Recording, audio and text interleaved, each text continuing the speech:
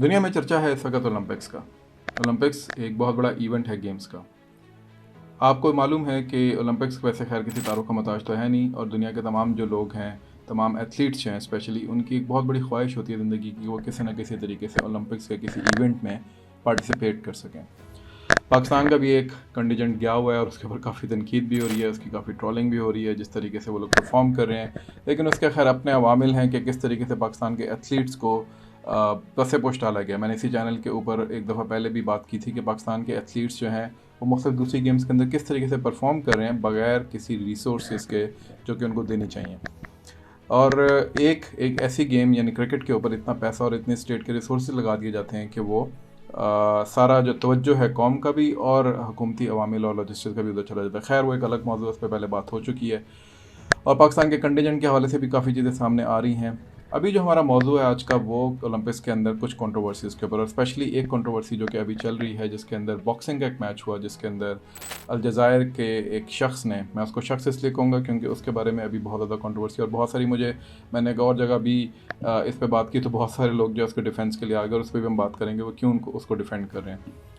और उसके अंदर उस शख्स ने बेसिकली एक इटली की खातून को जो है वो बॉक्सिंग के अंदर नॉकआउट किया, और अभी उसके वजह कंट्रोवर्सी शुरू हो गई है कि वो शख्स जो है वो अपने आप को फ़ीमेल कहलवा रहा है लेकिन एक्चुअली वो बंदा है।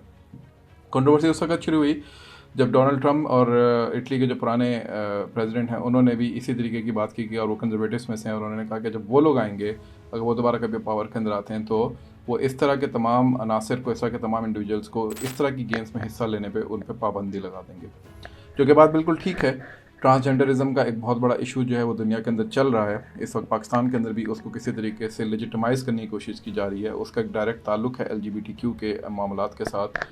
पाकिस्तान के अंदर जो नकवी साहिबा हैं, जो कि शेरबानो नकवी हैं, अगर आप उनको देखें तो बहुत ज़्यादा एक्टिव हैं पुलिस के डिपार्टमेंट की तरफ से। उनको पहले IG पंजाब ने बहुत ज़्यादा सपोर्ट किया, अभी IG इस्लामाबाद जो हैं उनके साथ मैंने उनको देखा कि वो कुछ तस्वीर खिंचवा रही हैं जिसके अंदर वो MOU साइन कर रही हैं कुछ ऑर्गेनाइजेशंस के साथ, और उसके अंदर वो परपेचुएट कर रही हैं ट्रांसजेंडरिज्म के इस पूरे एजेंडा को। किसके बिहाफ पे, क्यों, किस लिए, इस पर तो खैर हम फिर कभी बात करेंगे इंशाल्लाह। लेकिन उससे कतई नज़र अभी ओलंपिक्स की तरफ वापस आते हैं और बात करते हैं कि ये जो मामला है इसको मैं क्यों समझ रहा हूँ कि ये कंट्रोवर्सी जो है वो सही है, और आई होप कि मैं गलत हूँ और कोई मुझे गलत साबित कर सके जब ये तमाम मामला हो जाएंगे, जो सवाल मैं आखिर में छोड़ूंगा। ईमान खालिफ जो कि इस वक्त अलजायर को रिप्रेजेंट कर रहे हैं ओलंपिक्स के इस इवेंट के अंदर, उन्होंने जब नॉकआउट किया और कंट्रोवर्सी हुई तो उमर खलेफ आई थिंक हैं, उमर कैमलेव के नाम से, उमर कैमलेव रशिया के हैं, और ये IBA जो इंटरनेशनल बॉक्सिंग एसोसिएशन है उसके जनरल सेक्रेटरी हैं। इन्होंने भी इससे पहले इनको बैन किया था, इनको और एक और कोरिया के बॉक्सर हैं उनको, साउथ कोरिया के, कि ये दोनों जो हैं इनके जो क्रोमोसोम्स हैं उनके जो टेस्ट हुए हैं XY क्रोमोसोम्स उनमें ज़्यादा हैं और ये मर्द हैं, औरत नहीं है, इसलिए औरतों के इवेंट के अंदर पार्टिसिपेट नहीं कर सकते। अब इसके ऊपर जो है वो ज़ाहिर रिज़ल्ट्स कभी पब्लिश नहीं हुए थे, और चूँकि रशिया का क्लेम था तो इसलिए वेस्टर्न वर्ल्ड ने उसको बहुत ज़्यादा सीरियस भी नहीं लिया। IOC ने बल्कि बैनिश कर दिया IBA को उसकी प्रैक्टिसेस के ऊपर। और अभी जो स्पोक्स पर्सन हैं IOC के, उन्होंने ये भी कहा है कि जी कि हम लोगों की सक्सेस जो है, यानी जो मर्द है या औरत हैं, उसको हम बेसिकली अब असर्टेन नहीं करेंगे। ये पुराने तरीके थे हमारे, हम यहाँ पे लिविंग बींग्स के साथ डील कर रहे हैं। Was registered female, lived her life as a female, boxed as a female, has a female passport. This is not a transgender case. बहुत अजीब सी वेग सी बात है। लिविंग बींग्स की ही सक्सेस होती हैं और वो सर्टेन करना इसलिए ज़रूरी है क्योंकि आप उनको जिस इवेंट के अंदर घुसा रहे हैं वहाँ पे हो सकता है कि उससे पहले जो है वो इस तरह की कोई हरकत कर चुका हो कि वो मर्द है और औरत बन के औरतों के मुकाबले के अंदर घुस के वो औरतों को हराने की कोशिश करो, क्योंकि वो मर्दों के मुकाबले के अंदर तो जीत नहीं सकता, वहाँ पे वो एवरेज है या बिलो एवरेज है, और यहाँ पर उसने इस तरह की हरकत की हुई है। अब इसके अंदर हुआ क्या, इससे पहले भी ऐसा कि बहुत सारे वाक़यात हो चुके हैं। इससे पहले एक स्विमिंग का वाक़या एक किसी इवेंट के अंदर हुआ था जिसके अंदर एक मर्द ने जो है वो औरतों को हरा के, वो चूँकि अब मर्दों के अंदर बहुत ज़्यादा उसके हालात ख़राब थे तो उसने औरतों के उसमें घुस के जो है वो अपने आप को मेडल्स जितवा लिए थे। इसी तरीके से बॉक्सिंग मिक्स मार्शल आर्ट्स का एक मैच हुआ था जिसके अंदर एक फॉर्म मेरीन जो है, यानी जो एक स्पेशल सर्विसेज का बंदा है, उसने अपने आप को ट्रांसजेंडर डिक्लेयर करके, औरत डिक्लेयर करके वो औरत उस मुकाबले में, और उसने एक औरत को मतलब डाउन टू द पल्प जिसको कहते हैं उसको बेचारी को मार के उसको उसने भेज दिया।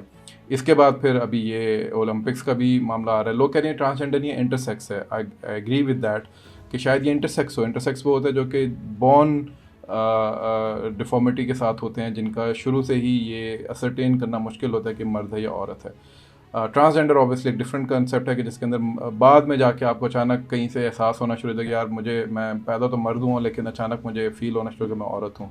ऑब्वियसली उसको मेंटल सिकनेस है जिसको जेंडर डिस्फोरिया कहा जाता है, और जिसको आजकल एजेंडा के थ्रू जो है वो पीछे किया जा रहा है और इस कॉन्सेप्ट को आगे लाया जा रहा है ताकि जो LGBTQ का सारा इशू उसको वापस लाया जा सके, मेन स्ट्रीम किया जा सके। खैर, so coming back to this, अगर ये इंटरसेक्स भी है और इसके ऊपर जो लोग अपने बयानात दे रहे हैं, जो उसको डिफेंड कर रहे हैं, वो ये कह रहे हैं जी कि हमने इसकी तस्वीरें निकाली हैं और इस तस्वीरों के अंदर ये जो है शुरू से ही बच्चियों वाले जो ड्रेसेस है वो पहन के आ रहा है और बच्चों की तरह ही इसको रेज़ किया गया है।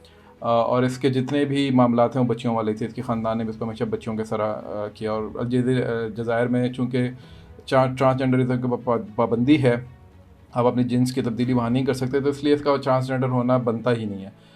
मेरा उसमें मौक़िफ़ ये है कि ये सारी कंट्रोवर्सी जो है वो ख़त्म हो सकती है अगर जो ईमान खलीफ हैं वो और उनकी फ़ैमिली और उनकी एसोसिएशन जो है, क्योंकि ओलंपिक्स के अंदर अब आने का तरीक़ाकार ओलंपिक्स ने IOC ने ये रख दिया है कि जो एसोसिएशन उनको एथलीट्स को भेज रही है वो सर्टेन करेगी कि इसकी क्या कैपेबिलिटी है, ये कितना क्वालिफाई करता है। ज़रा उसके क्वालिफिकेशन के लेयर्स भी हैं ओलंपिक्स के लिए, और उसके मुताबिक वो उसको जज करेंगे कि ये आया क्या है। और ये यानी वोकिज़म है ओलंपिक्स के ऊपर। मैं थोड़ा सा आखिर में थोड़ी सी और भी बात बताता हूँ कि जिस तरह वोकिज़म को ये लोग लेके चल रहे हैं इस वक्त। सो अभी जो ईमान खलीफ हैं, अगर वो ये कर दें, आप उसके अंदर बायोलॉजिकली बहुत सारी बातें लेकर आ सकते हैं कि जी कि औरतों के अंदर भी XY क्रोमोसोम्स ज़्यादा हो सकते हैं, उनके भी टेस्टोस्टेरोन का जो मसला है वो ज़्यादा हो सकता है। ये बिल्कुल बातें ठीक हैं, लेकिन उसका एक बायोलॉजिकल स्ट्रक्चर होता है उसके ऊपर। जो बायोलॉजी के लोग हैं उनसे मेरी बात भी हो रही थी, उन्होंने भी यही बात की है कि जब तक आप इंटरनल स्ट्रक्चर को असरटेन नहीं कर लेंगे कि ये रिप्रोडक्शन जो कि औरतों के अंदर होती है, उसका अहल बंदा है या बंदी है या नहीं है, आप उसकी जो बाइनरी है उसको